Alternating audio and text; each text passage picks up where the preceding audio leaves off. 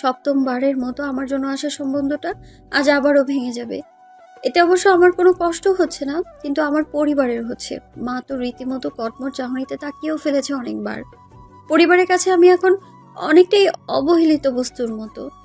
এর আগেও প্রকাশ্য অপ্রকাশ্য আমার জন্য অনেক সম্বন্ধ এসেছিল।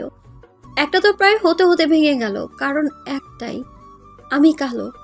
ঠিক কালো বললে চলে না, শ্যামবর্ণ, উজ্জ্বল শ্যামবর্ণ, কিন্তু সবার কাছে আমার এই শ্যামবর্ণ রংটা কালো নামেই বিশেষ পরিচিত। আমাদের এই সমাজের মানুষগুলোর কাছে ফর্সা মানে দুধে আলতা, আর বাকি সব কালো হিসেবেই গণ্য। ভয় হচ্ছে পাত্রপক্ষ যাওয়ার পর আমার সাথে কি হবে, এটা ভেবে ভয় হচ্ছে। কারণ যত বাড়ি সম্বন্ধগুলো ভেঙেছে, ততবারই পরিবারের কটূক্তি কথার সম্মুখীন হতে হয়েছে আমায়। প্রথম যেদিন সম্বন্ধটা আসলো, পাত্রপক্ষ দেখার পর সরাসরি বলে দিল, মেয়ে তো কালো, আর একটু ফর্সা হলে ভালো হতো। তার কিছুক্ষণ পর সবাই চলে গেল, আর আমাকে শুনতে হলো সকলের গালমন্দ। ওই দিন প্রচুর কেঁদেছিলাম আমি। উপরওয়ালার কাছে একটাই অভিযোগ করেছিলাম, আর একটু সুন্দর হলে কি খুব বেশি খারাপ হয়ে যেত? ভাবনার মাঝে কখন যে মা এসে সামনে দাঁড়িয়েছিল বুঝতে পারলাম না। মাকে দেখে বুঝতে পারলাম পাত্রপক্ষের সবাই চলে গিয়েছে। মা আমার দিকে রাগী দৃষ্টিতে তাকিয়ে বলল, তোকে কতবার বলেছিলাম একটু ফর্সা হওয়ার ক্রিম দি, মুখটা একটু ফর্সা কর, যেন পাত্রপক্ষের পছন্দ হয়, আর এবারের যাত্রায় বিয়েটা হয়ে যায়। না, তুই দিবি না। বলি, নবাবজাদি একটু ফর্সা না হলে তোকে কেউ বিয়ে করতে চাইবে কখনো? মা তুমি তো জানো আমার ওসব ক্রিম দিতে ভালো লাগে না। মুখটা ফর্সা করে কি হবে, হাত পা তো ঠিক আগের মতোই রয়ে যাবে। উল্টো ক্রিমের সাইড এফেক্টে স্ক্রিনটা নষ্ট হবে আমার। একটু নষ্ট হলে হতো, কিন্তু বিয়েটা তো হয়ে যেত। পরে না হয় শ্বশুর বাড়িতে গিয়ে ডাক্তার দেখিয়ে ফেলতি। আমি জল ভরা দৃষ্টিতে মায়ের দিকে তাকিয়ে রইলাম, কিছু বলিনি। শুধু ভাবছিলাম মায়ের কাছে আমি আর কিছুই না, তার কাছে আমার সুন্দর হওয়াটাই মুখ্য। মা আরো কিছুক্ষণ বকাঝকা করে চলে গেল। জানালার ধারে মাথা ঠেকিয়ে সুদূর আকাশটার পানে তাকিয়ে আছি। ভাবছি আমার জীবনটা এমন কেন হয়ে গেল। পরিবারের বড় সন্তান হওয়ার সুবাদে সকলের ভালোবাসাটা একটু বেশিই পেয়েছিলাম। যেই না বিয়ে দেবার জন্য উঠে পড়ে লাগলো, অমনি কালো বিধে একের পর এক বিয়ে ভাঙছে বলে সেই ভালোবাসাটা ঘৃণায় পরিণত হলো। আজ প্রকৃতির হয়তো আমার মতোই মন খারাপ, নয়তো কিছুক্ষণ আগে রোদে ঝলমল করতে থাকা আকাশের নীলাভ বর্ণটা হঠাৎ নিকষ কালো হয়ে যাবে কেন? মনে হচ্ছে ধরণী কাঁপিয়ে এক্ষুনি বৃষ্টি নামবে। নামুক, খুব বৃষ্টি নামুক। বৃষ্টির ফোঁটার সাথে আজ চোখের সব জল বিসর্জন দিব আমি। প্রকৃতির সাথে সাথে নিজের কষ্টগুলো ধুয়ে মুছে ফেলবো। মন খারাপের বিষণ্ণতার মাঝে পরিচয়টা দেয়া হলো না। আমি অন্বেষা মেহরিন, ডাকনাম আভা। সকলে আভা বলেই ডাকে। এবার অনার্স প্রথম বর্ষ, বাংলা ডিপার্টমেন্টের ছাত্রী আমি। আমরা 4 বোন, ভাই নেই আমার। আমি সবার বড়, তার উপর গায়ের রং শ্যামবর্ণ, তাই আমাকে ঘিরে সবার চিন্তাটা একটু বেশি। আমাকে কিভাবে বিয়ে দিতে পারবে, আর বাকিদেরও আস্তে আস্তে বিয়ে দিয়ে মা বাবা ভার মুক্ত হবে। আমার অনেক পড়াশোনা করার ইচ্ছে, নিজেকে প্রতিষ্ঠিত করার ইচ্ছে, কিন্তু পরিবারের সকলের চিন্তা যত তাড়াতাড়ি বিয়ে দিতে পারবে তত তাড়াতাড়ি বোঝা কমবে। এইচএসসি পরীক্ষা দেওয়ার পরপর বিয়ে দেওয়ার জন্য উঠে পড়ে লাগে সবাই, কিন্তু হায়, আমার শ্যামবর্ণের জন্য বিয়েটাও হচ্ছে না। হয়তো আরেকটু ফর্সা চায়, নয়তো মোটা অঙ্কের যৌতুক। অবশ্য যৌতুক দিতে আমার পরিবারের কোনো আপত্তি নেই, কিন্তু আমার আছে। কেন যৌতুক দিব? আমি কি কোনো বস্তু যে যে যেভাবে চাইবে সেভাবেই দরদাম করে নিবে? যৌতুকের কথা আসলে আমি পাত্রপক্ষের সামনে বিয়ে ভেঙে দিই, তার জন্য গালমন্দ কম শুনিনি আমি। হঠাৎ কারো স্পর্শ অনুভব করতে পিছু ফিরে দেখি সেজ বোনটা কাঁধে হাত রেখে ব্যথাতুর দৃষ্টিতে আমার দিকে তাকিয়ে আছে। আমাকে ফিরতে দেখে বলতে লাগলো, আপাই, বিয়েটা ভেঙে গিয়েছে বলে মা তোকে অনেক বকেছে তাই না রে? জানিস, স্কুল থেকে এসে শুনি বিয়েটা ভেঙে গেছে, তাই সোজা তোর রুমে চলে আসলাম। প্রতিবারই এমন হয়, আর তুই মন খারাপ করে জানলার ধারে বসে থাকিস। জানি না মা কেন এমন করে। মন খারাপ করিস না ভাই, দেখবি একদিন সব ঠিক হয়ে যাবে। তোর জীবনে এমন একজন আসবে যার কাছে তোর শ্যামবর্ণ রংটা হবে তার প্রিয় রং, আর তোকে অনেক অনেক ভালোবাসবে। তখন মারতে সব কষ্টগুলো মুছে যাবে, দেখিস। আমার এই বোনটা আমাকে একটু বেশি বোঝে। 4 বোনের মাঝে তুবা তৃতীয়। আমরা 3 বোন প্রায় সমবয়সী। চতুর্থ জন মীরা একদম ছোট। দ্বিতীয় বোন নীরাটা কিছুটা ইন্ট্রোভার্ট, কারোর সাথেই তেমন একটা কথা বলে না। যত কিছুই হোক সে মুখ বুঝে মেনে নেয়, ভালো করে কথাটুকুও বলে না। কিন্তু তুবা তার বিপরীত, চঞ্চল প্রকৃতির, সময় অসময় জ্ঞান দিতে সে এক্সপার্ট। তোমার সাথে আমার সম্পর্কটা একটু বেশি মধুর। মন খারাপ হলে সবার আগে ও কিভাবে যেন বুঝে যায়, মাঝে মাঝে ভেবেই পাই না আমি। এই যে মন খারাপ বুঝে গিয়েছে এখন, তাই স্কুল থেকে ড্রেস চেঞ্জ না করেই আপাইকে জ্ঞান দিতে চলে এসেছে সে। বললাম, তুবা, কালো বা শ্যামবর্ণ মেয়েরা কখনো কারো ভালোবাসা পাবে এমনটা আশা করাও বেমানান। জানিস এই পৃথিবীতে শ্যামবর্ণ মেয়েদের নিয়ে ফিল্ম, বই, ছবি, উপন্যাস হয়েছে অহরহ, কিন্তু বাস্তবে না তা সোনার হরিণ পাওয়ার মতো। মন খারাপ করো না, তুমি অনেক ভালোবাসা পাবে, দেখো একটু বা তোমাকে দোয়া দিচ্ছে। আর আমার দোয়া কিন্তু কখনো বিফলে যায় না। হি হি, এবার একটু হাসো না পাই। হয়েছে তোর পাকনামি, যা ফ্রেশ হয়ে নে, খিদে পেয়েছে নিশ্চয়ই, আমি খাবার দিচ্ছি। আগে হাসো, তারপর যাচ্ছি। ওর কথায় হাসি দিয়ে ফেললাম আর বললাম, তুই যাবি নাকি মার খাবি ফাজিল? এই তো গুড গার্ল, তোমার হাসিটা সুন্দর আপাই। দেখো আমার ভবিষ্যৎ যদি তোমার হাসিতে ফিদা হবে। হি হি। তোকে তো বলতেই তোর, কে বলবে ও আমার ছোট, তাও গুনে গুনে 5 বছরের। কথা শুনলে মনে হবে আমি না, এই আমার বড় পাগলি একটা। রাতে শুয়ে শুয়ে ভাবছি আর কতদিন এভাবে পাত্রপক্ষের সামনে গিয়ে বসবো, আর কতদিন সংসেজে নিজেকে অন্যের কাছে শোপিসের ন্যায় উপস্থাপন করব। এর শেষ কোথায়? আজকাল নিজেকে কেমন দোকানের পণ্য বলে মনে হয়। একটা করে সম্বন্ধ আসবে আর দোকানের পণ্য কেনার মতো যাচাই বাছাই করে দেখে চলে যাবে। পরিশেষে প্রতিবার কিছু না কিছু শুনতে হবে। মার বকাঝকা, মামার বাড়ি, খালার বাড়ি, সকল আত্মীয়দের নিন্দা শুনতে শুনতে ক্লান্ত আমি। যখন একটা সম্বন্ধ আসছে শুনবে, পাত্রপক্ষ যেতে দেরি তো 14 গোষ্ঠী ফোন করতে দেরি নেই, শুধু বিয়েটা পাকাপোক্ত হলো কিনা জানার জন্য। যেই না শুনবে ভেঙে গেছে, অমনি সকলের নিন্দা শুরু। আচ্ছা, শরীরের রংটাই কি সব? বাকি সব কি অহেতুক? আমি তো নিজেকে তৈরি করিনি, উপরওয়ালা তৈরি করেছে 18,000 মাখলুকাতকে। তার মাঝে ইনসান বা মানুষ পৃথিবীর সেরা জীব। তাহলে আমরা কেন আমাদের নিয়ে এত বিচার বিবেচনা করি? মানুষ যদি নিজেই নিজেকে তৈরি করতে পারতো, তাহলে কখনো নিজেকে অন্যের কাছে হেয় হতে দিত না। কি ভাবছো আপাই? দুপুরের ঘটনা নিয়ে এখনো মন খারাপ করে আছো? ভাবছো কালকে আরো একবার সুযোগ পাবে প্রতিবেশীরা তোমাকে নিয়ে নিন্দে করার? তাই তো, ভুলে যাও না ওসব। জানো তো আমাদের সমাজটা কেমন, অন্যের পিছু লেগে থাকা ছাড়া আর কোনো কাজ নেই তাদের। কখনো তো কারো ভালো করবে না, উল্টো ঘুরে ঘুরে দেখবে কিভাবে কার ভুল ত্রুটি খুঁজে পাওয়া যায়, আর কখন সেটাকে তিল থেকে তাল বানানো যায়। সেটাই বাদ দে, আমি এইসব কিছু ভাবছি না। আগে হলে বোকার মতো কান্নাকাটি করতাম, কিন্তু এখন তো অভ্যাস হয়ে গেছে, তাই সব হজম করে নিতে পারি। ভাবছি কাল ভার্সিটি গেলে পরীক্ষা কি দিব আমি। এসব কিছু তো পড়তেই পারিনি ভালোভাবে, ম্যাম তো বকবে। আর আফিকেও মেসেজ করা হয়নি। চিন্তা করো না, সকালে পড়া শেষ করে নিও, তাহলে ভালো পরীক্ষা দিতে পারবে। বরাবরই তুমি ভালো করো, এবারও ইনশাল্লাহ ভালো করবে। ঘুমা, সকালে উঠতে হবে। শুভরাত্রি আপাই। শুভরাত্রি। ভোরে ঘুম থেকে উঠে নামাজ পড়ে পরীক্ষার পড়া পড়তে পড়তে কখন যে আবার টেবিলেই ঘুমিয়ে পড়ি বুঝতে পারলাম না। হঠাৎ ঘুম ভাঙতেই তাড়াহুড়ো করে রেডি হয়ে না খেয়ে কোনো মতে ভার্সিটিতে পৌঁছাই।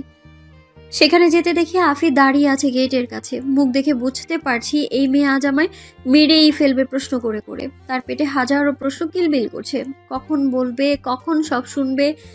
হওয়ার কথা কাল যা হলো ভাবতে একটা দীর্ঘ শ্বাস বেরিয়ে এলো আমার। শয়তান মেয়ে, এ তোর আসার সময় হলো? কি করছিলি এতক্ষণ? জামাইয়ের কথা ভাবছিলি?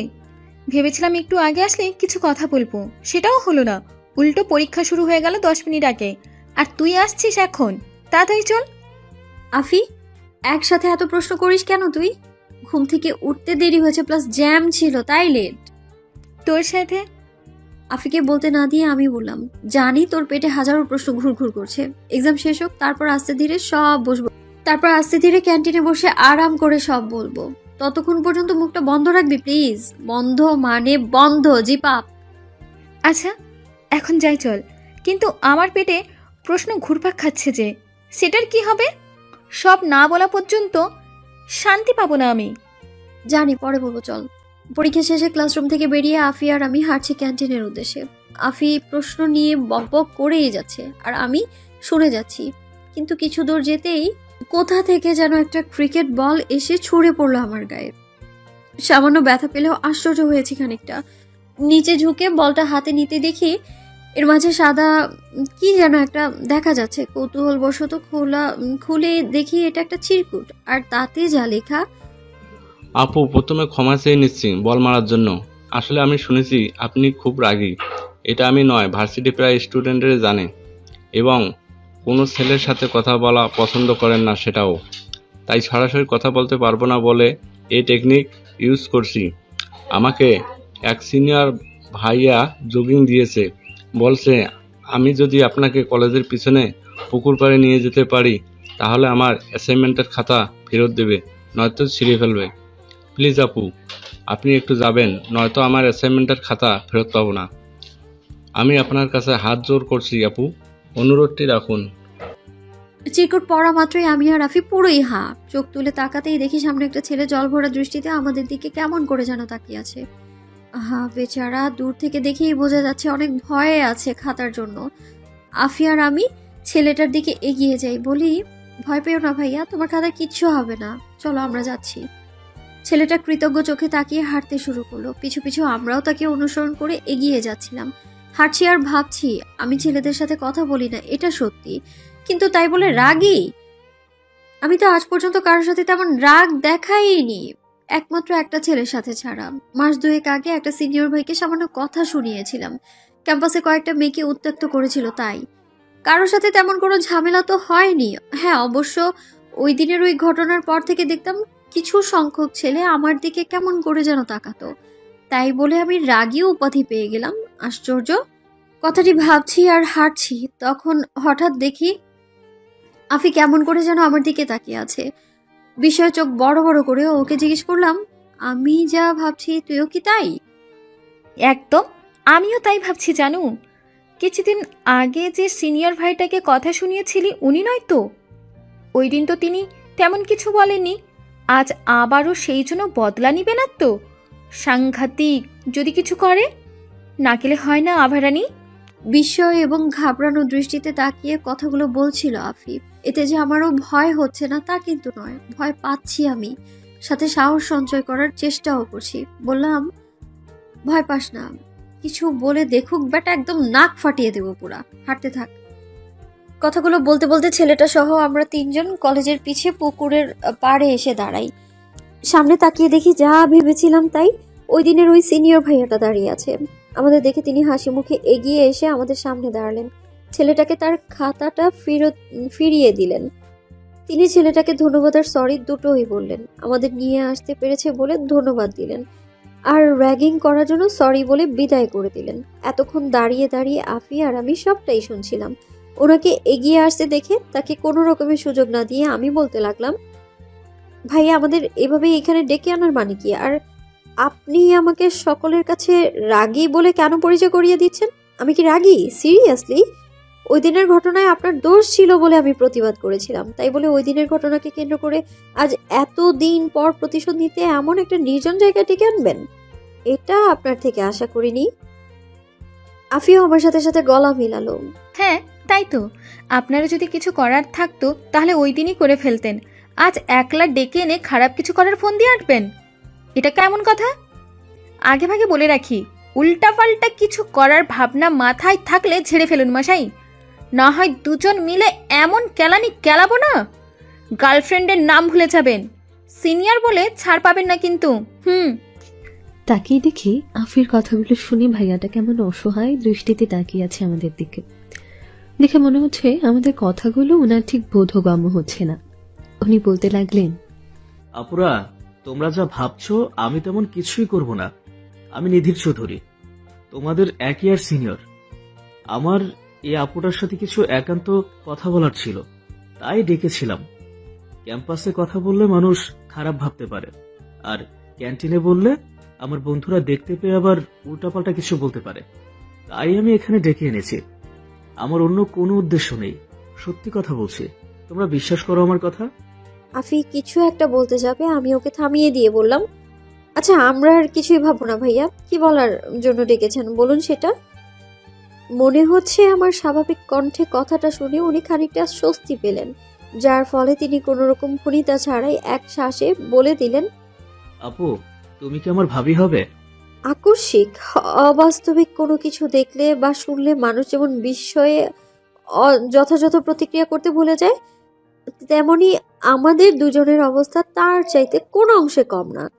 দুজনের বন্ধ ঔষধয় আপনা আপনি হাঁ হয়ে গেল। নিবু নিবু আখিদ্বয় দ্বারা দুটো ডিম্বাকৃতির আকার ধারণ করলো। মুখ দিয়ে বেশ উচ্চ স্বরে কি শব্দটা বের হয়ে আসলো, অথচ সামনে থাকা ব্যক্তিটার মাঝে কোনো রকম ভাবান্তর দেখা গেল না।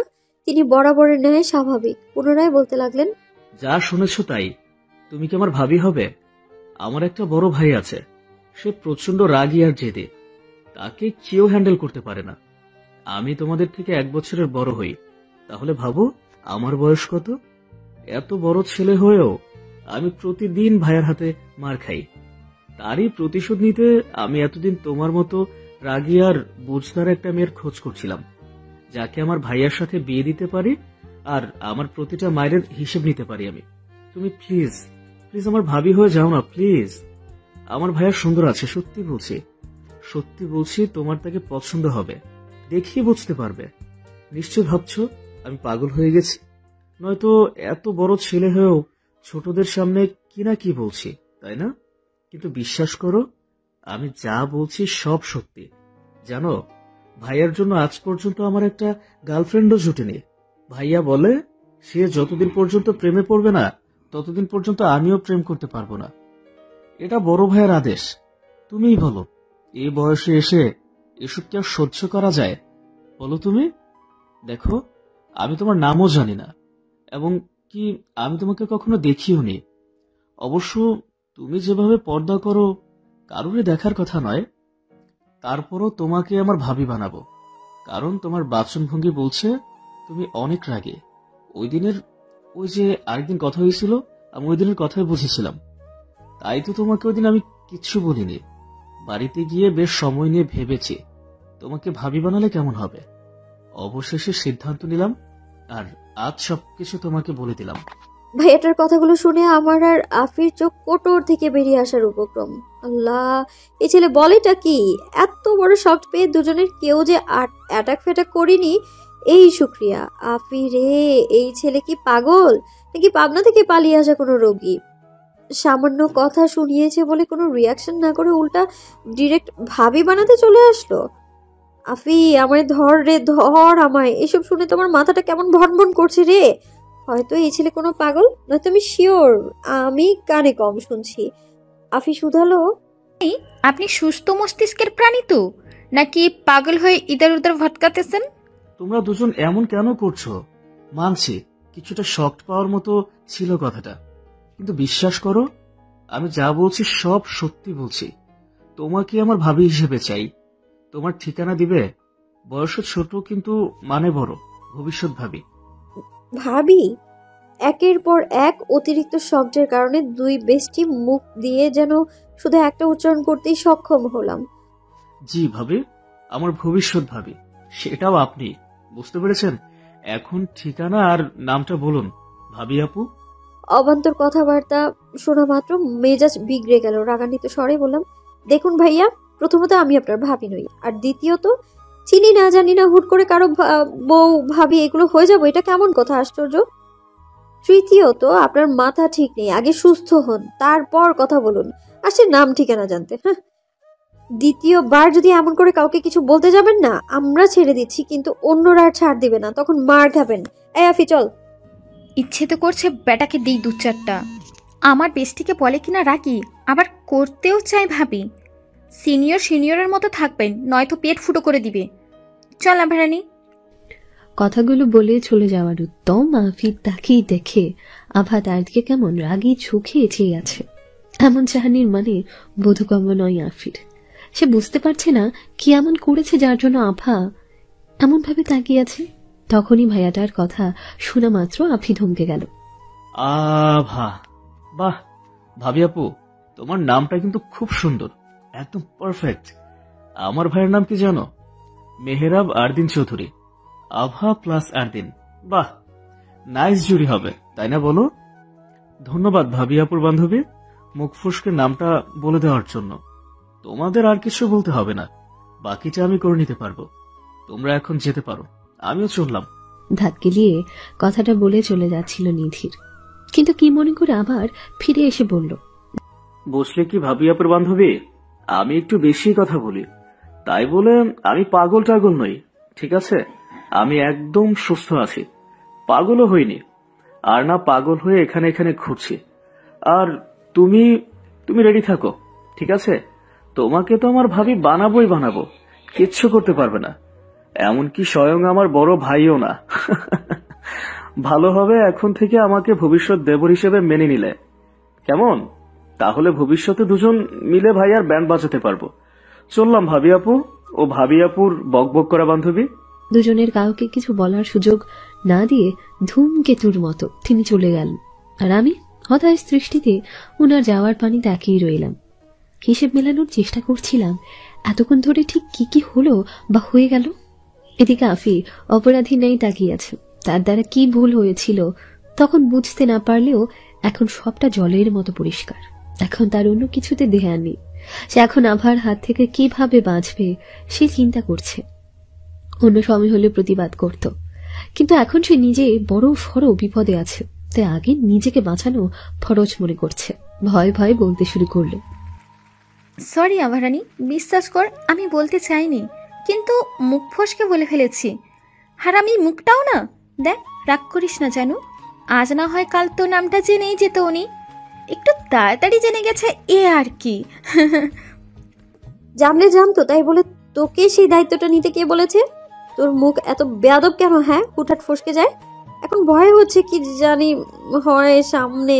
উফ, সরি, যা হবার হবে, বাদ দে, চল কিছু খেতে চাই, খিদে পেয়েছে। বাট ক্যান্টিনে নয়, এই মুহূর্তে ক্যান্টিনে যাওয়ার মন মানসিকতা নেই। চল রেস্টুরেন্টে যাই। রানীর বাজারে নতুন একটা রেস্টুরেন্ট ওপেন হয়েছে জানিস, খানাপিনার সাথে ঘোরাঘুরি আর আড্ডা সব করা যাবে, মনটাও ফ্রেশ হয়ে যাবে। কাল যা হলো তার উপর আবার আজ কিছুক্ষণ আগে যেটা ঘটলো, দেখতেই তো পেলি, সব মিলিয়ে বিষাদ লাগছে সবকিছু। একটু ফ্রেশনেস দরকার আছে আমার এখন। চল। কালকের যা যা হয়েছে সবকিছু বলবি কিন্তু। আচ্ছা বলবো।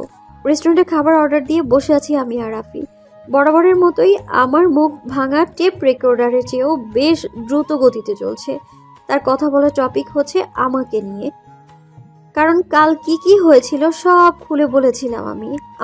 আমাকে দেখতে আসা ছেলের কাপড়ের বড় একটা শোরুম আছে, আর তারা আরো সুন্দর একটু মেয়ে খুঁজছে।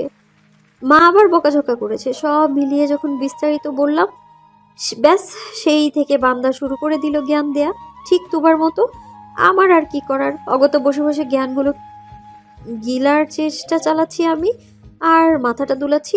তার কথার ধরনটা হচ্ছে এমন, দেখ আভারানী, তোর এখনো বিয়ের বয়স হয়নি, বিয়ে ভেঙেছে বলে কে বলল? 14 গোষ্ঠী কার কি সমস্যা হলো এসবে কান দিস না, দেখতেও যাস না। সময় সবার এক থাকে না, তোরও দিন আসবে, সেদিন সবার মুখের ওপর ঝামা ঘষে দিবি। শ্যামবর্ণরাও মানুষ, তারাও ভালো কিছু ডিজার্ভ করে, দেখিয়ে দিবি। তুই এখন পড়ালেখায় মন দে, নিজের কেরিয়ারের দিকে ফোকাস কর, ইনশাল্লাহ ভালো কিছু করবি। এসবের দিকে মন দিলে ফাইনাল পরীক্ষার খারাপ করবি। সো মনে কর তোর কান নেই, কাওয়া নিয়ে গেছে, তুই কিছু শুনিস না, আকাশ নীল, প্যারা নেই জানু, করো চিল। এই মহিলা তুই কত বকবক করতে পারিস রে, আল্লাহ মালুম। উফ, তবে জ্ঞানগুলো শুনতে কিন্তু ভালোই লাগছে, কি বলিস? হ্যাঁ, কিন্তু আফি, আমি বিয়ে নিয়ে ভাবছি না। মেয়ে যেহেতু হয়েছি, সম্বন্ধ তো আসবেই, পছন্দ হলে হবে, না হলে নাই, এতে আমার কোনো সমস্যা নেই। কিন্তু নিশ্চয়ই আল্লাহ তাআলা ভালো কিছুই রেখেছেন। এই মুহূর্তে আমি ভাবছি ভাইয়াটার কথা। আমরা ভেবে মরলাম কি, আর উনি করলেনটা কি? ঠিক বলেছিস। তবে তুই যাই বলিস, আমার কিন্তু ব্যাপারটা দারুণ লেগেছে, কেমন সিনেমাটিক। নয়তো তুই ভাব, তুই ওনাকে কথা শোনালি, উনি কিছু না বলে উল্টো তোকে তার ভাবি বানাতে উঠে পড়ে লাগছে। উপভোগ করার মতো ছিল দৃশ্যটা। ওর মাথায় দুটো গাট্টা মেরে বললাম, আমি মরছি আমার জ্বালায়, তুই আছিস তোর শয়তানি নিয়ে, ফাজিল মেয়ে কোথাকার। এরপর কি হবে সেটা ভাব। আজ তো কলেজ থেকে চলে আসলাম, কাল যদি আবারও হয় তখন কি হবে? মনে হচ্ছে না এই ছেলে সহজে আমার পিছু ছাড়বে। কিছু একটা তো করার দরকার আছে। এক্ষুনি কিছু একটা আইডিয়া ভেবে রাখতে যান, পরে যদি সমস্যা হয় তাহলে কাজে লাগিয়ে বেঁচে যেতে পারবো। আহা, ভয় পাচ্ছিস কেন? পরেরটা পরে দেখা যাবে। আমি আছি না, ভয় কিসের? তুই আছিস সেটাই তো আরো বেশি ভয়ের। কি থেকে কি করে বসবি, তখন আম ঝালা সব যাবে। এমন করে বলছিস কেন জানু? মানছি একটু ভুল হয়েছে, তাই বলে কি একই ভুল দুবার করব নাকি? পাগলে পাইছে আমারে। ভাবিস না, আর কিচ্ছু করব না। এখন খাওয়া দাওয়া শুরু কর। বহুত বকবক করে ফেলেছি, খিদা লাগছে। তাই যেন হয়। কথাগুলো মনে রাখিস। তোর উপর আমার বিশ্বাস নড়বড়ে। চল খাওয়া শুরু করি। আমার দিকে এতক্ষণ কারো নজর না পড়লেও এখন থেকে মনে হচ্ছে ঠিক এই মুহূর্তে সকলের মধ্যমণি আমরা দুজন। সেটা অবশ্য আমার খাবার খাওয়া নিয়ে যে তাও অনুমান করতে পারছি। কারণটা হলো আমি মুখ না খুলে নিকাবের ভেতর দিয়ে খাবার খাচ্ছি। আসলে আমি ফুল পর্দা করে চলি সবসময় সব জায়গায়। প্রথম প্রথম সবেতে একটু কষ্ট হতো, সময়ের ন্যায় আজ সেটা অভ্যাসে পরিণত হয়ে গিয়েছে। তাই আমার খেতে কোনো সমস্যাই হচ্ছিল না, স্বাচ্ছন্দ্যে খাচ্ছিলাম। কিন্তু তাদের তাকানো দেখে মনে হচ্ছে আমি পর্দা করি বলে রেস্টুরেন্টে বসে খাবার খাওয়াটা আমার জন্য বেমানান হয়ে গিয়েছে। শুধু যে তাদের ক্ষেত্রে এমনটা হয়েছে তেমনটা কিন্তু নয়।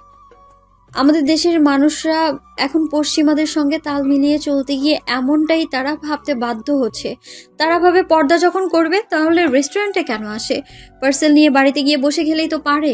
কিন্তু তারা এটা ভাবে না কেউ যদি সঠিক নিয়মে আল্লাহকে সন্তুষ্ট করার উদ্দেশ্যে এবং অন্যের কুদৃষ্টি থেকে নিজেকে সুরক্ষিত রাখতে পর্দার মেনটেন করার চেষ্টা করে, তাহলে সে যে কোনো জায়গায় যে কোনো পরিস্থিতিতে পর্দা মেনে চলাফেরা করতেই পারে, সেটা হোক রেস্টুরেন্টে বা জনসমাগম। আমরা তাদের দিকে না তাকিয়ে নিজেদের মতো খাবার খেয়ে বেটা মিটিয়ে চলে গেলাম। তারা দুজন চলে গেল, অথচ একজন ফেলে গেল তার জীবনের অতি মূল্যবান কিছু, যা তার অনাগত জীবনে বেশ প্রস্তাবনা রাখতে যাচ্ছে। ইস, সে যদি তার সম্পর্কে একটু অবগত হতে পারত। ভুল করে যদি দুজনের কেউ একজন রেস্টুরেন্টের একদম শেষে কর্নারে থাকা টেবিলটার দিকে দৃষ্টিপাত করত, তাহলে হয়তো দেখতে পেত একজোড়া চোখ তাদের দিকে বেশ কৌতূহল নিয়ে তাকিয়ে আছে। চোখ জোড়ার মালিক, যিনি কিনা শুরু থেকে শেষ পর্যন্ত তাদের দুজনকে প্রতিটা মুহূর্তে লক্ষ্য করে গিয়েছে, তাদের নিয়ে অনেক কিছু ভেবেছে। আফসোস, দুজনের একজনেরও নজরে এলো না বিষয়টা। স্যার, আমরা কি এখানে খেতে এসেছি নাকি অপরাধীকে ধরতে? না মানে বলছিলাম কি, যদি অপরাধীকে ধরতে এসে থাকি তাহলে আর খাবারের দিকে নজর দিব না, আর যদি খেতে এসে থাকি তাহলে ঠিক আছে। শুনেছি রেস্টুরেন্টটা একদম নতুন, বুঝতেই পারছেন নতুন মানে সব আইটেম ভালো ভালো হবে। জানেন নতুন রেস্টুরেন্টের মালিকরা কি করে? তাদের রেস্টুরেন্টের পরিচিত বাড়াতে প্রথম প্রথম খাবারের ব্যবস্থা খুব ভালো মানের করে থাকে। খাবারের কথা ভাবতেই তো আমার জিভে জল আসছে। আহ স্যার, কিছু তো বলুন, আমি কি বেশি বলে ফেললাম? এই রে, স্যার আবার রেগে যায় না। স্যার ও মা, তাকিয়ে দেখি স্যার এ দুনিয়াতেই নেই। আমি আর ভাবছি স্যার রেগে গিয়েছেন, কিন্তু উনি তো আমার কথাই শোনেননি। স্যার, আপনি ওইদিকে কি দেখছেন? কিছু তো নেই ওইখানে। স্যার, ও স্যার, স্যার। হঠাৎ কারো ডাকে ভাবনা থেকে বেরিয়ে এসে দেখি আমার অ্যাসিস্ট্যান্ট সিয়াম আমার দিকে কেমন হাঁ করে তাকিয়ে আছে। বললাম, এমন হাঁ করে কি দেখছো গর্ধপ? মুখ বন্ধ করো। আর হ্যাঁ, কি যেন বলছিলে, শুনতে পাই নাই, একটু অন্যমনস্ক ছিলাম। আবার বলো। বলছি, কিন্তু তার আগে বলুন আপনি ওইদিকে কি দেখছিলেন? স্যার, ওইদিকে যতটুকু দেখা যাচ্ছে দেখে তো মনে হচ্ছে না ওখানে কেউ আছে। তাহলে কাকে দেখছিলেন স্যার? আমি কাউকে দেখছিলাম না সিয়াম, তুমি ভুল ভাবছো। কি বলছিলে সেটা আগে বলো। আর দিনের কথাগুলো শুনে মনে হলো না সিয়ামের ঠিক বিশ্বাস হয়েছে বলে। হঠাৎ তার কিছু মনে পড়তে বড় বড় চোখে করে তাকালো তার স্যারের দিকে। অবিশ্বাস্য দৃষ্টিতে তাকিয়ে বিস্মিত কণ্ঠে বলল, স্যার, ওই টেবিলটিতে তো দুটো মেয়ে বসেছিল, যার মাঝে একজন ছিল যিনি নিকাবের ভিতর দিয়ে খাবার খাচ্ছিল। বাই চান্স আপনি ওদের দিকে তাকিয়েছিলেন না তো? সর্বনাশ!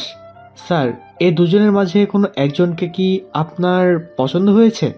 নিকাবলকে পছন্দ হলে আপনার জন্য ঠিক আছে, উনি কেমন শান্তশিষ্ট, আর অন্যজন বাপরে আসার পর থেকে বকবক করেই যাচ্ছিল। এই মেয়ে যার বউ হবে তার জীবন শেষ করে দেবে স্যার, আমি বলে রাখলাম, মিলিয়ে নিয়েন। ধ্যাত্তেরি, আমিও না।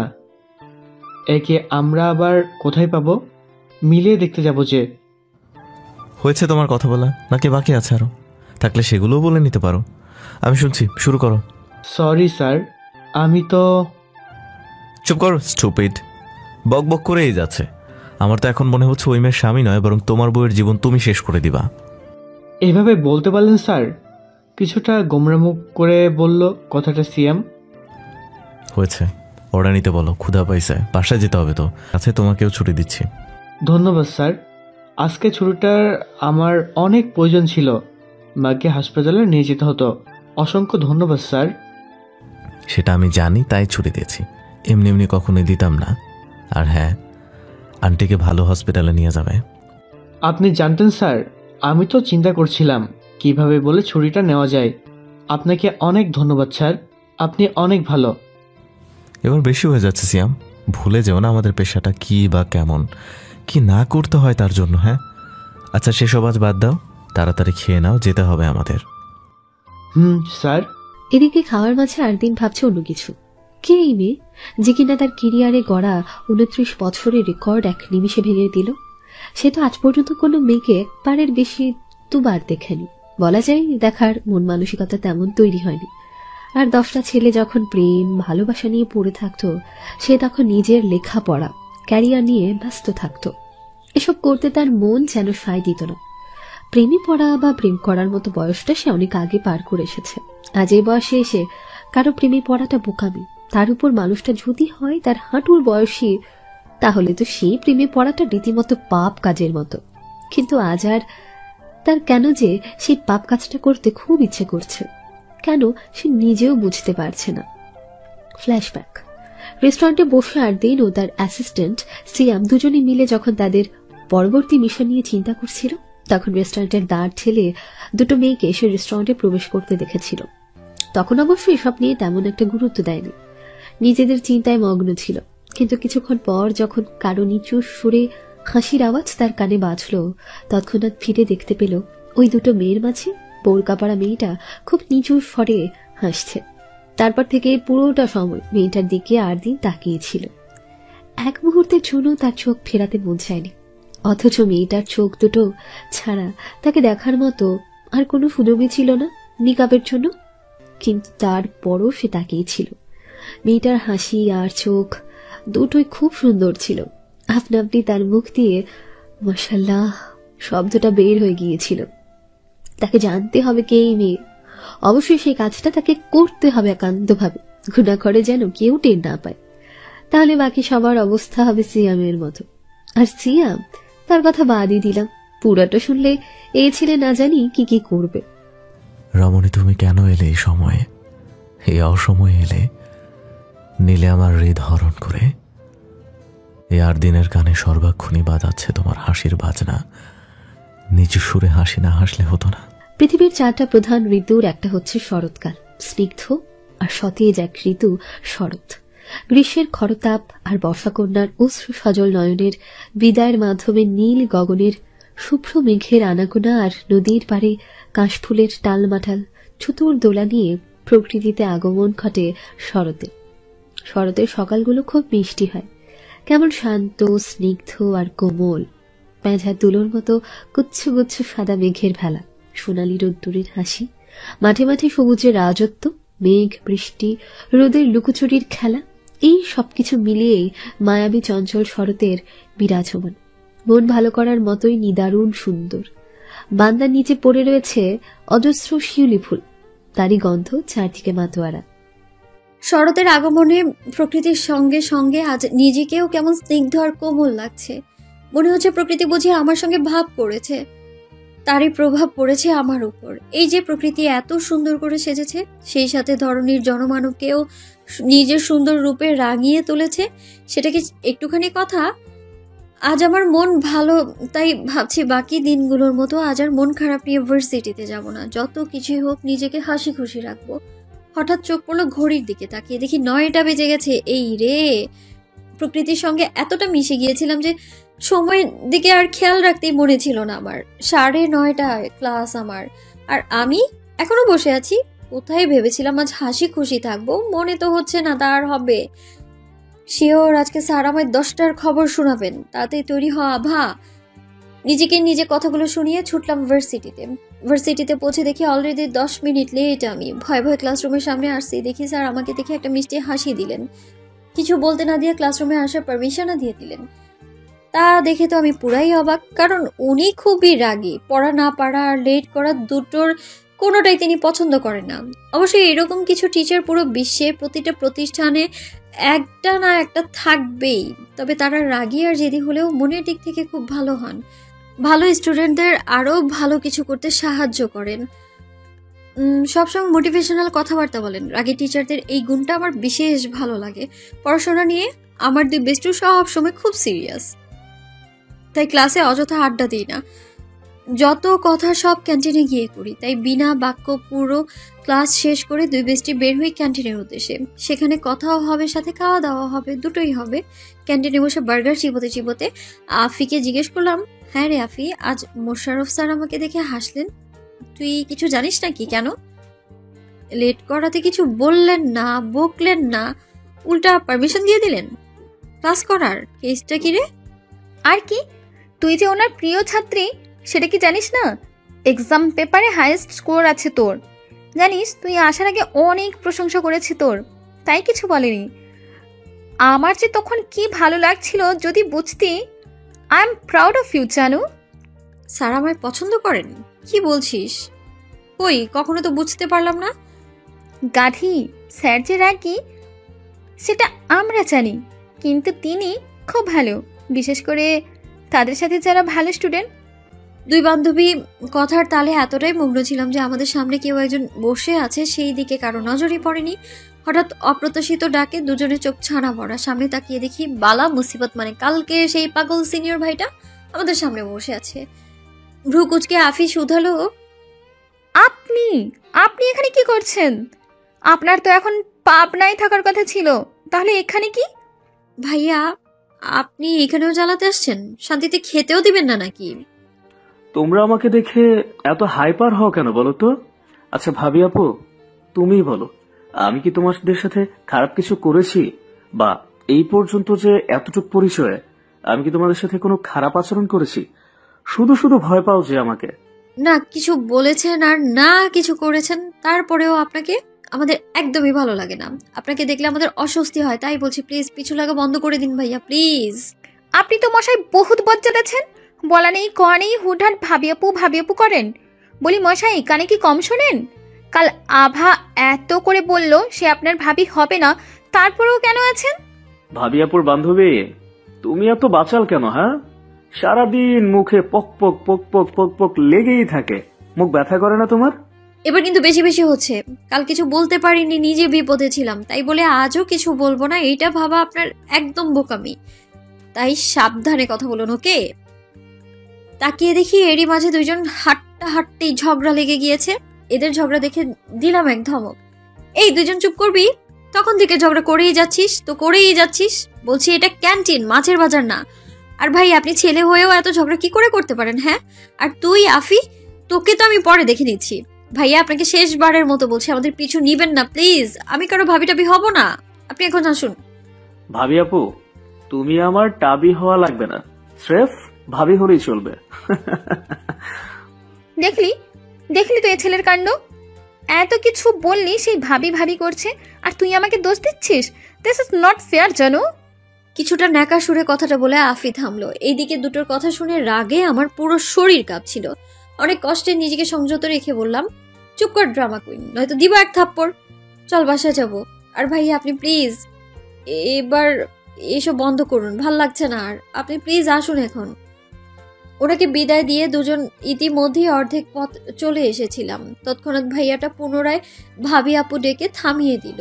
আমাদের 2 জনকে দাঁড়াতে দেখে তিনি এগিয়ে আসলেন, সামনে এসে দাঁড়িয়ে বললেন, আচ্ছা, আমি আর তোমাকে ভাবি আপুও ডাকবো না, জ্বালাবো না, প্রমিস। তবে আমার একটা শর্ত আছে, একটা প্রশ্ন করব, তার সঠিক উত্তর দিতে হবে। আফি কে যেন বলতে চাচ্ছিল, ভাবলাম কথা বাড়িয়ে লাভ নেই, তাই থামিয়ে দিয়ে বললাম, জি বলুন। ততক্ষণে আমরা কথা বলতে বলতে ক্যান্টিন থেকে বেরিয়ে কলেজের গেটের কাছে চলে এসেছি। ভাইয়াটা বললেন, ধন্যবাদ। আচ্ছা, তুমি আমার ভাবি হতে কেন রাজি হচ্ছ না জানতে পারি? আমার জানা মতে তোমরা 4 বোন, ভাই নাই। তুমি সবার বড়। তোমার আব্বু প্রবাসী, মানে সৌদিতে থাকেন। তোমাকে বিয়ে দেওয়ার জন্য নানান সম্বন্ধ আসছে। শুধু একটু শ্যামবর্ণ বলে কিছু বিয়ে ভেঙে গেছে তোমার, এবং কি তোমার কোনো বয়ফ্রেন্ডও নাই। তাহলে বিয়ে করতে সমস্যা কি? যদি ভেবে থাকো তুমি শ্যামবর্ণ বলে ভাইয়ের তোমাকে পছন্দ হবে না, তাই বিয়ে করতে চাচ্ছ না, তাহলে বলি তুমি ভুল। আমার ভাইয়ের শ্যামবর্ণ মেয়েদের অনেক পছন্দ, তাই সবকিছু জেনে তোমাকে ভাবি বানাতে চাচ্ছে। বুঝতে পারছো? এত কিছু বলেও যদি বিশ্বাস না হয়, আমাদের বাড়িতে একদিন যাবে, তাহলে শ্যামবর্ণ বলে তোমার মনে যে কুণ্ঠা আছে তার নিমিষে দূর হয়ে যাবে।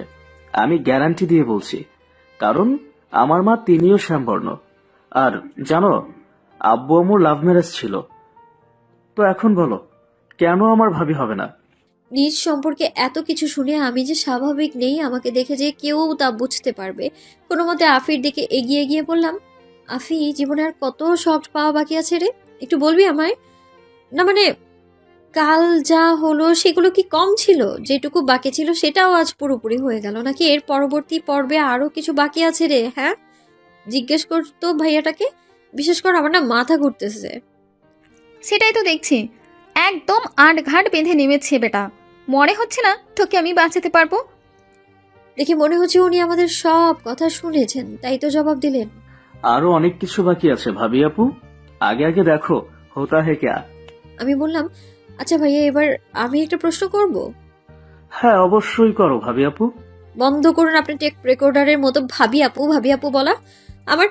আমার সম্পর্কে এত কিছু জানলেন কি করে আপনি? আর শুধু কি আমি রাগী বলে বা আপনার ভাই শ্যাম বর্ণদের পছন্দ করে বলে সেই কারণে এইসব করছেন আপনি, নাকি অন্য কোনো বিশেষ কারণ আছে? কোনটা? হ্যাঁ, প্রথমত আপনি আমার ভাবি আপু, দ্বিতীয়ত আমার ফ্রেন্ড কৌশিককে, মানে আপনার পাড়ার এক পরিচিত ভাই যে কিনা আমার বন্ধু, তাকে আপনার নাম বলাতে সে ফরফর করে আপনার সম্পর্কে A to Z সবকিছু বলে দিয়েছে।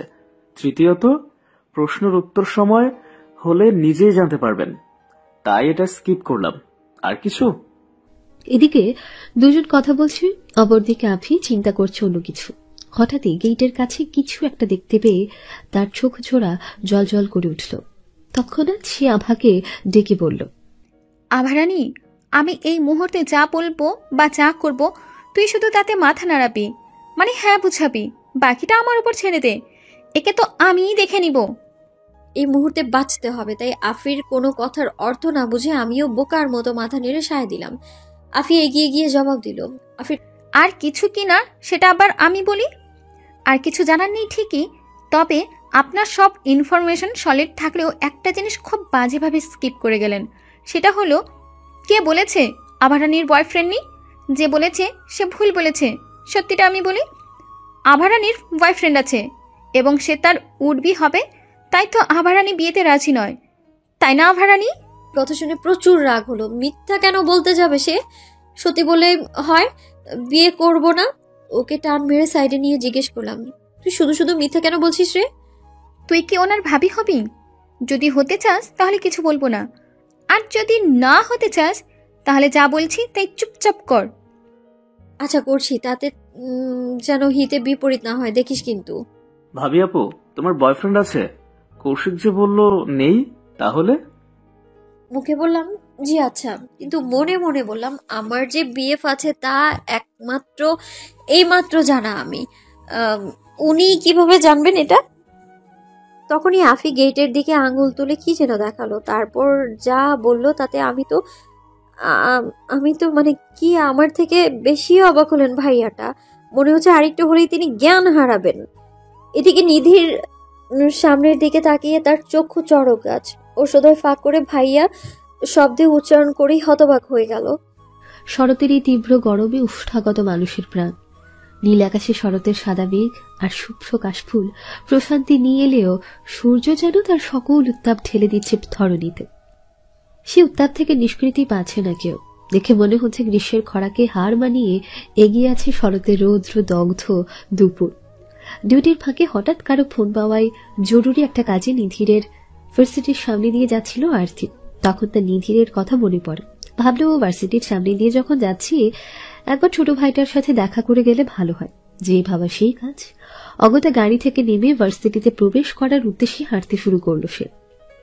কিন্তু বেশি দূর না যেতে তার চোখে পড়ল নিধির ভার্সিটি গেটের কাছাকাছি দাঁড়িয়ে আছে এবং তার সাথে দুটো মেয়েও রয়েছে। একটু ভালো করে খেয়াল করতে দেখতে পেল মেয়ে দুটার কেউ নয়, বরং একজন তার হৃদ হরণী, অন্যজন তারই বান্ধবী। আর তারা তিনজন কেমন করে তার দিকে তাকিয়ে আছে। নিধির এবং হৃদ হরণী কেমন বড় বড় চোখে তার দিকে তাকিয়ে আছে, যেন পৃথিবীর দশম আশ্চর্যের কিছু দেখছে। আর অন্যজন যে কিনা তাকে আঙ্গুল দিয়ে দেখিয়ে দুজনকে কি যেন একটা বোঝানোর চেষ্টা করছে। ব্যাপারটা বুঝতে পারল না আরতি। বিষয়টা কি জানতে সে আরো সামনে এগিয়ে গেল। অন্যদিকে নিধির, সে যখন শুনল আভার উঠবি আছে, সে মুহূর্তে কিছুটা হতাশ হয়ে পড়েছিল। কিন্তু আফির কথায় আভার উডবিকে দেখতে গিয়ে যখন আভার উডবির জায়গায় নিজের বড় ভাইকে দেখতে পেল, সে যেন মুহূর্তে থমকে গেল, হতভম্ব হয়ে পড়ল। বন্ধ আনন্দ মুহূর্তে উন্মুক্ত হয়ে গেল। কিন্তু পরক্ষণে কিছু একটা ভাবতে তার চোখে মৃদু এক দুষ্টামি রেখা দোলা দিল। সাথে খুশির ঝলকে কেমন ঝলমল করে উঠল তার মুখমণ্ডল। মনে মনে বলল, তোমরা নিজেরাও জানো না নিজেদের জন্য কি বিপদ ডেকে আনবে। চেয়েছিলে মিথ্যে বলে বেঁচে যেতে, কিন্তু এখন যে আরো বেশি করে ফেসে গেলে। ইস ভাবি আপু, তোমার জন্য এখন আমার কেমন মায়া হচ্ছে জানো। আমার ভাই যদি এখন এসব জানতে পারে তাহলে তোমাদের যে কি হাল করবে ভাবতেই। আচ্ছা যাক, বাদ দাও। তুমি যদি বুঝতে তোমার বাচাল বান্ধবী বাঁচানোর নামে উল্টো গভীর ফাঁসান ফাঁসিয়েছে তোমায়, তাহলে বাচাল রানীকে তেলের খুনিতে চোবাতে তুমি। অবশ্য পরেও যে ছেড়ে দিবে না তাও বুঝতে পারছি। ফ্ল্যাশব্যাক।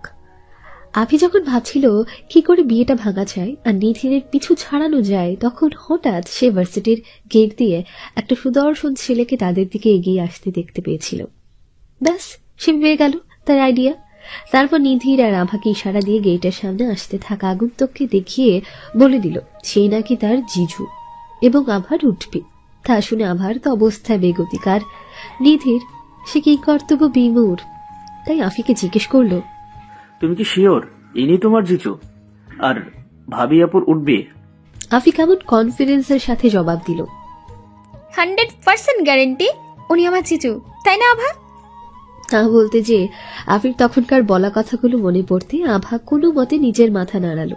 অর্থাৎ আফি যা বলছে তা সত্যি।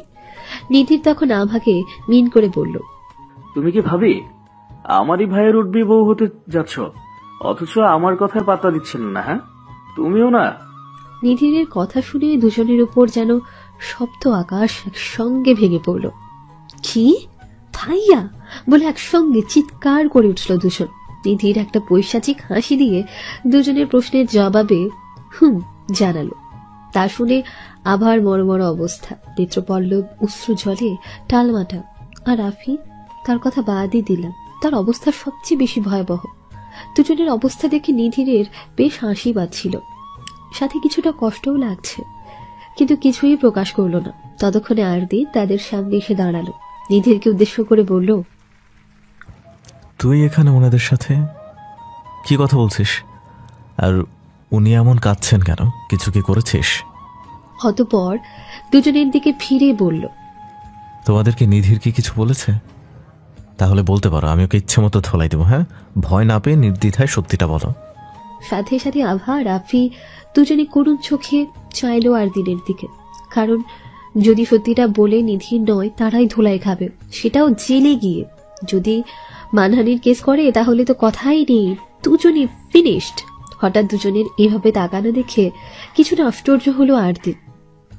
তার এই ধরনের দিকে তাকিয়ে দেখল গধূলির রক্তিম লাল আভার ন্যায় কেমন রক্তিম হয়ে আছে তার নেত্রযুগল। কিছুক্ষণ পরপর মৃদু নাক টানা শব্দ হচ্ছে, সাথে থেকে থেকে কাঁপছে তার এই ধরনী। মুহূর্তে তার কাছে সবটা পরিষ্কার হয়ে গেল।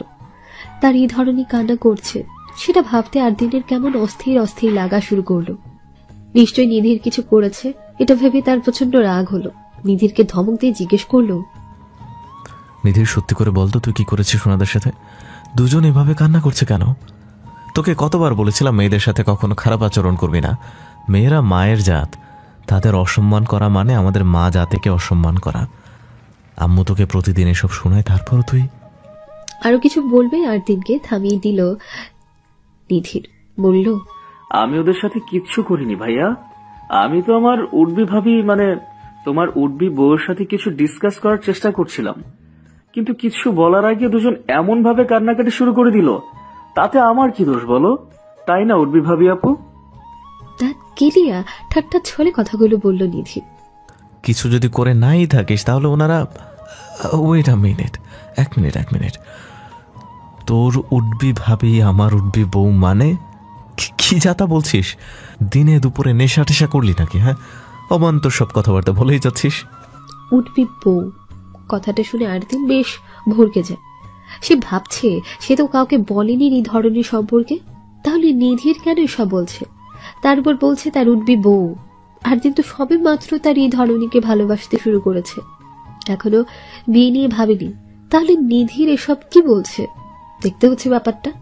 তখনই নিধির প্রত্যুত্তর করলো, ও মা, তুমি তোমার উডবি বউকে চিনতে পারছো না? ওহ কামন ভাইয়া, তোমার সাথে মিথ্যা বলো না। তুমি ধরা পড়ে গেছো। তুমি নাকি আবার উডবি স্বামী, সেটাই এতক্ষণ ধরে তোমাকে বুঝাচ্ছি বাসেল রানী, অথচ তুমি অস্বীকার যাচ্ছ। এটা একদমই ঠিক না ভাইয়া। আমি তোমার ভাই হয়ে কিছু জানতে পারলাম না, অথচ আমাকে বাসেল রানীর থেকে তোমার সম্পর্কে শুনতে হচ্ছে। নিধির বেশি বাড়াবাড়ি করছিস তুই। হ্যাঁ, কি বলছিস তুই নিজে জানিস তো? আরে আমার উডবি আসলো কোত্থেকে? আমি তো কখনো কোনো মেয়ে দেখতে যাইনি। উডবি বউ তো দুরাজীব, আমি তো ওদেরকে আজকেই প্রথম দেখলাম। তাহলে ওরা দুজন যে বলছে যে তুমি আবার উডবি, সেটা কি মিথ্যা? কি বাচাল রানী বলো? দুজনকে কাবু করতে পেরে খুশিতে যেন নিধিরের মনে ঢোল বাজছে। আর দিন জবাব দিল, আলবাত মিথ্যা, আমি ওনাদের কখনোই দেখি নাই, ভালো করে চিনিও না। উডবি বউ হওয়া তো প্রশ্নই আসে না।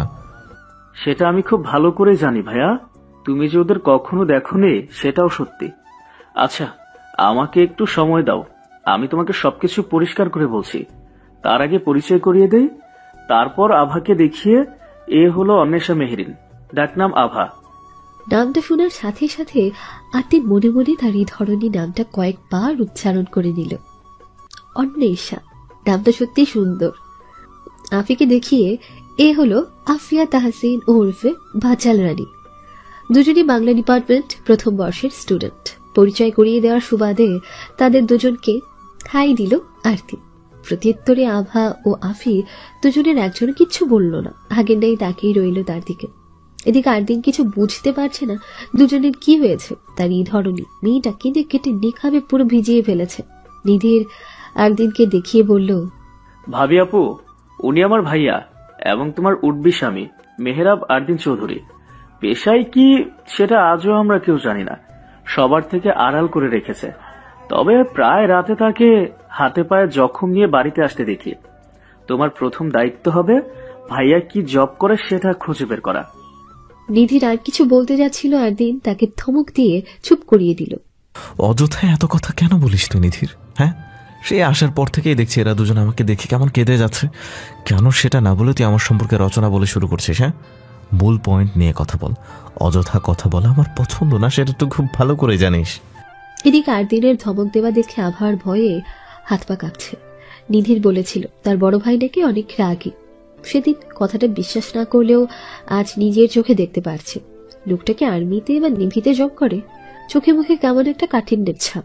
নিধিরের এইটুকুতে যিনি এত রেগে যাচ্ছেন, সত্যিটা যদি শুনে ঠিক কি কি করবে সেটা ভাবতে তার অন্তরাত্মা শুকিয়ে গেল। কি দরকার ছিল আফির মিথ্যা বলতে যাওয়া? আর সেই বা কেন তাতে সায় দিল? সেসব ভাবতে তার নিজের উপর নিজেরই কেমন রাগ লাগলো। আভার আত্মমর্যাদা বোধ খুবই প্রখর। সে ছোট থেকেই বই পড়তে পছন্দ করে। ক্লাস 7ম শ্রেণী থাকাকালীন সমরেশ মজুমদারের 7 কাহন নামে একটি উপন্যাস পড়েছিল। উপন্যাসের প্রধান চরিত্র দীপাবলির যে প্রখর আত্মমর্যাদা আত্মসম্মান ছিল, তা থেকে বেশ গভীরভাবে তাকে স্পর্শ করেছিল। সে থেকেই অবধি তার আত্মসম্মান আত্মমর্যাদা বোধ কখনো দাগ লাগতে দেয়নি। অথচ আজ যেন সব চোখের পলকে ধূলিসাৎ হয়ে গেল। আর তা ভাবতে নিজের উপর নিজে রাগে ক্ষোভে ফেটে পড়তে ইচ্ছে করলো। কিঞ্চিত দূরে আফিকে দেখে মনে হচ্ছে সে এখনো কোনো গভীর ঘুরে আছে, যার সে এখনো কাটাতে পারছে না। সে এই মুহূর্তে ঠিক যা যা শুনছে বা যা যা দেখছে তা যেন একটা খারাপ স্বপ্ন কিংবা ভ্রম। সে তো চেয়েছিল আফিকে নিধিরের থেকে বাঁচাতে, তাই অচেনা অজানা আগন্তুককে দেখে মিথ্যে বলে দিয়েছিল, ভেবেছিল পরে ভাইয়াটার কাছে ক্ষমা চেয়ে নেবে। কিন্তু সব যে তার উল্টো হয়ে যাবে তা সে ঘুণাক্ষরেও বুঝতে পারেনি। বিশ্ব ব্রহ্মাণ্ডে আর কোনো ছেলে ছিল না, ওনাকে নিধিরের ভাই হতে হলো। তারা যে আরো বিপদের গহীনে ঢুকে পড়েছে তা আন্দাজ করতে পারল। আভার কথা সত্যিই হলো, আম ছালা দুটোই তারা হারালো।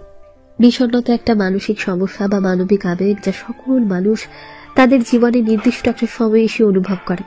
এর প্রভাবে মন খারাপ, হতাশা এবং সবকিছুর প্রতি কেমন একটা অনীহা বোধ জন্মায়। এমন পরিস্থিতিতে মানুষ নিজস্ব অনুভূতিতে অস্বস্তি বা ব্যথিত অনুভব করে। চারপাশটা কেমন বিষাদ আর বিষাক্ততার আবরণে আবৃত থাকে। মনে হয় এ বুঝি দম বন্ধ হয়ে মরেই যায়। বিষণ্ণতায় ঘেরা নিকষ কালো এই আধা রজনীতে খোপাহীন খোলা কেশে ছাদের এক কোণের দেয়ালে মাথা ঠেকিয়ে বসে আছে আভা। এলোমেলো সব অনুভূতি নিয়ে শূন্য দৃষ্টিতে তাকিয়ে আছে চন্দ্রবিহীন অন্তরিক্ষের পানে। দুপুরের সব কথা মনে পড়তে তার নিজের মাঝে খুব হীনমূল্যতা বোধ কাজ করছে। মনে হচ্ছে সে বুঝি চারদিক থেকে অন্ধকার দেখতে পাচ্ছে। মানুষটা তাকে নিয়ে কি ভাবলো সেটা ভেবে ভেবেই নিজের মাঝে কেমন অস্থিরতা অনুভব করছে। মানুষটা কি তাকে খারাপ মেয়ে ভাবছে? মানুষটা কি তাকে ওসব মেয়েদের দলে গণ্য করছে যারা কিনা সুদর্শন যুবক দেখলে কাছে পাবার মনোবাসনা করে? তেমনই মেয়ে ভাবছে কি? কিন্তু সে তো এমন মেয়ে না। তার কেন ইচ্ছে করছে এক ছুটে মানুষটার সামনে গিয়ে দাঁড়াতে আর বলতে, শুনুন, আমি তেমন মেয়ে নই যেমনটা আপনি ভাবছেন। বিশ্বাস করুন, আমি চাইনি মিথ্যে বলতে, কিন্তু আফির কথা বলতে বাধ্য হয়েছি। আমি তো চেয়েছিলাম সত্যিটা বলে নিধির ভাইয়ারকে বিদায় দিতে, কিন্তু আফিটা মাঝখানে ঝামেলা বাঁধিয়ে দিল। আর বেচারির কি বা দোষ বলুন? সে তো আমাকে বাঁচাতেই চেয়েছিল, তাই তো এসব করলো। তবে সেটা ভুল উপায়ে। তার উল্টো প্রতিক্রিয়া হবে যে মেয়েটা বিন্দু মাত্র আন্দাজ করতে পারেনি, নয়তো কি আর এইসব বোকামি করতো? কখনো করতাম না। আরদিন যখন নিধিরকে বারবার জিজ্ঞেস করছিল কি হয়েছে সত্যিটা খুলে বলতে, তখন কিছুটা বাধ্য হয়ে পুরো ঘটনা তাকে ডিটেলসে খুলে বলে নিধির। তাও পুরোটা নয়, শুধু আজকে ঘটে যাওয়া ঘটনার সংক্ষিপ্ত বিবরণ। আভাকে তার ভাবি আপু ডাকা, আভার বারণ করা, মোস্ট ইম্পর্টেন্টলি আফির মিথ্যে বলাটা। আর তা শুনে আরদিন কি কর্তব্য বিমূঢ়, বিস্ময়ে হুমড়ি খেয়ে পড়ার মতো অবস্থা। হা হয়ে আভার পানে একবার, তো আফির পানে একবার, এমন ভাবে তাদেরকে বেশ কিছুক্ষণ ধরে পর্যবেক্ষণ করে গেল। এত বড় কর্মস্থলের বেশ নামকরা একজন অফিসার হয়েও তার মস্তিষ্কে ঠিক ঠাহর করতে পারল না এই মুহূর্তে এই পরিস্থিতিতে তার কিরূপ আচরণ করা শোভনীয় বা শোভা পায়। সে তাকিয়ে রইল আভার দিকে, ভাবছে মেয়েটা কি তাকে নিয়ে মজা করলো নাকি সে তাকে পছন্দ করে।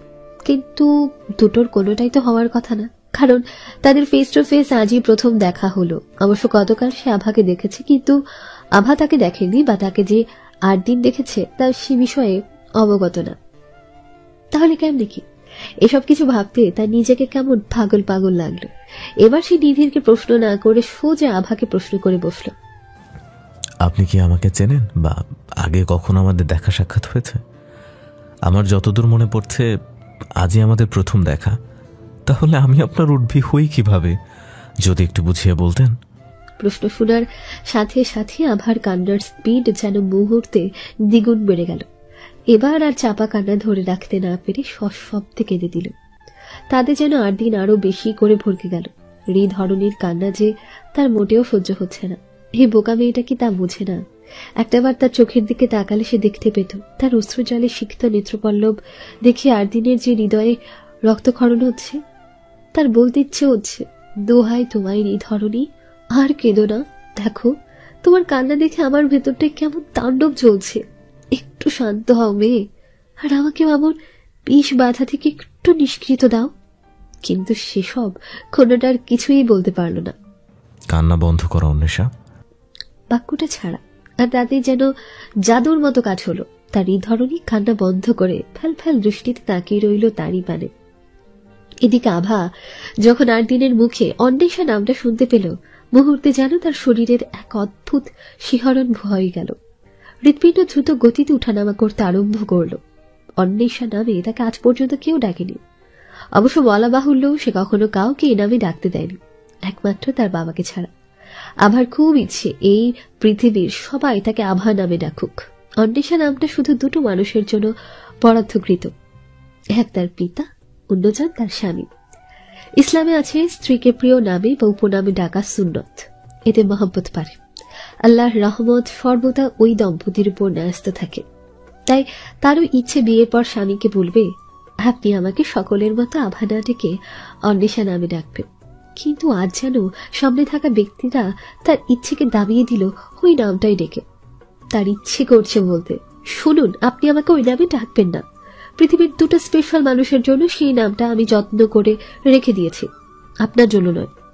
কিন্তু বলতে পারল না, বলার মতো সময়টা যথাযথ নয়। তাই আবারও আরদিনের দিকে পিট পিট চোখে চেয়ে রইল। আরদিন যখন দেখল তার এই ধরনের তার প্রশ্নের উত্তর দিচ্ছে না, তাই আবারও প্রশ্নটা করার জন্য উদ্যোগ নিতে পেছন থেকে এতক্ষণে আফি মুখ খুলল, বলল, ভাইয়া, আমি এর উত্তরটা দিচ্ছি।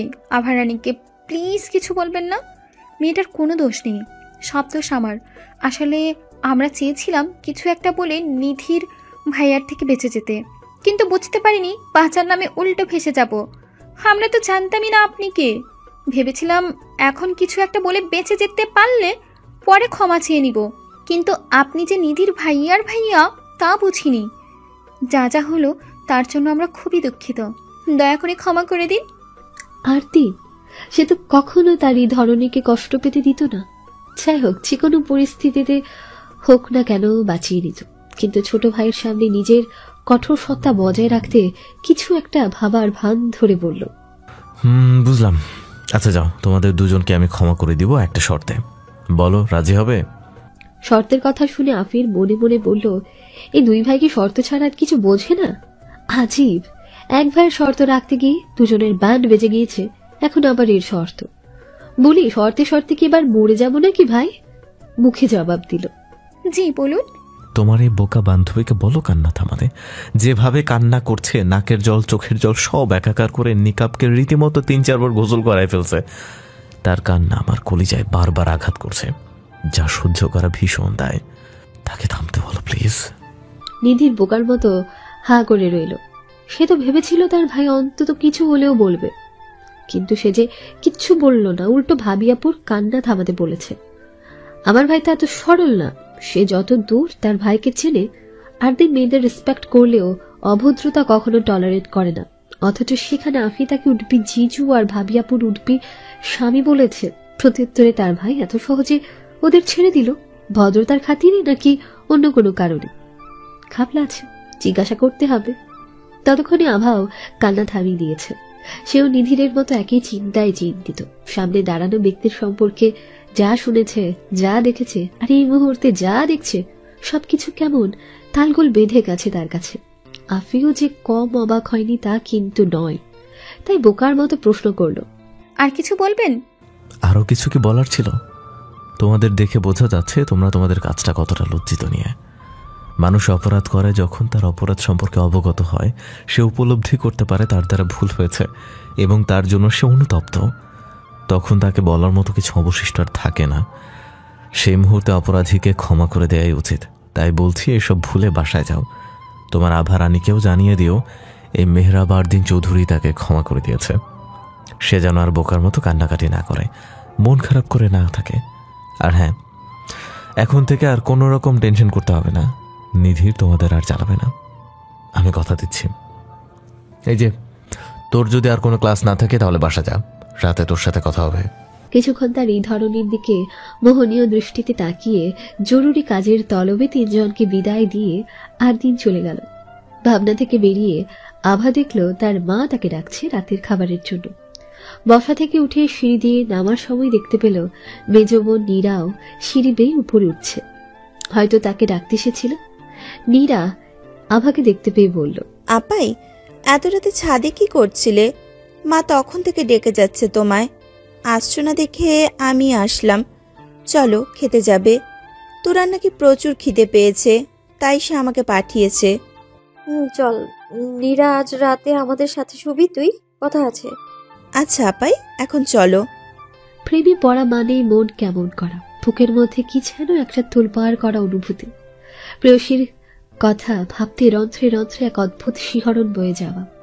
আর সেটা যদি হয় প্রথম প্রেম, তাহলে সে তো সংজ্ঞাহীন। প্রেম যদি হয় সোনালী স্মৃতি, তাহলে প্রথম প্রেম সোনা রঙে আঁকা স্মৃতির ঝরোখা। সদ্য প্রেমে পড়া কিশোর কিশোরীর কাছে প্রেম হলো স্বর্গীয় অনুভূতি। তখন তাদের কাছে দুনিয়াটা রঙের কোটর ন্যায় মনে হয়। এই বুঝি প্রজাপতির পাখা লাগিয়ে শহরের আনাচে কানাচে ঘুরে বেড়ানোর সময়। আর একজন প্রাপ্তবয়স্ক যুবকের কাছে প্রেমে পড়া মানে কিছুটা মৃত্যুর মতো। প্রেয়সীকে ক্ষণে ক্ষণে দেখার ইচ্ছে, দগ্ধ হওয়া, তাকে একটু ছোঁয়ার ইচ্ছে, ছটফট করা, আরো কত কি। আর দিনের মনে প্রেম নামক সুখ পাখিটা থেকে থেকে নাড়া দিচ্ছে। চারপাশটা কেমন সুন্দর লাগছে তার কাছে। সে যে মেয়েটাকে ভালোবেসে ফেলেছে তাতে কোনো সন্দেহ নেই। মেয়েটা যে তার এই হাল করবে সে আন্দাজি করতে পারেনি। অথচ দেখা হয়েছে 48 ঘন্টাও হয়নি, এর মাঝে দুবারের সাক্ষাৎ মেয়েটাকে সে এতটা ভালোবেসে ফেলল। আশ্চর্য লাগছে নিজের কাছে। নিজেকে বারবার জিজ্ঞেস করতে ইচ্ছে করছে, তুমি কি সেই আরদিন যে মেয়েদের সহ্য করতে পারতে না বলে মেয়েদের থেকে সবসময় ডিস্টেন্স রেখে চলতে? আজ পর্যন্ত কোনো মেয়েকে তোমার মনে জায়গা দিতে পারোনি, সেই কি তুমি? কালকের হাসি যেন আজও তার কানে ঝনঝন করে বাজছে। আর আজকের কান্নার দৃশ্যটা, সেটা যেন মনের মাঝে আরো এক দফা দাগ কেটেছে। ইস, মেয়েটা কিভাবে কাঁদছিল, চোখ দুটো যেভাবে লাল হয়েছিল মনে হচ্ছে সাথে নাকটাও লাল হয়ে গিয়েছে। তখন তাকে দেখতে কেমন লাগছিল কল্পনা করতে মন খারাপের ব্যথাটা নড়ে চড়ে উঠল। মেয়েটাকে সে এখনো দেখেনি। দুটো চোখ, সামান্য হাসির আওয়াজ আর কান্নার শব্দ, এই তিনটার বেশি কিছু দেখেনি। অথচ সে মেয়েটাকে ভীষণ ভালোবেসে ফেলেছে।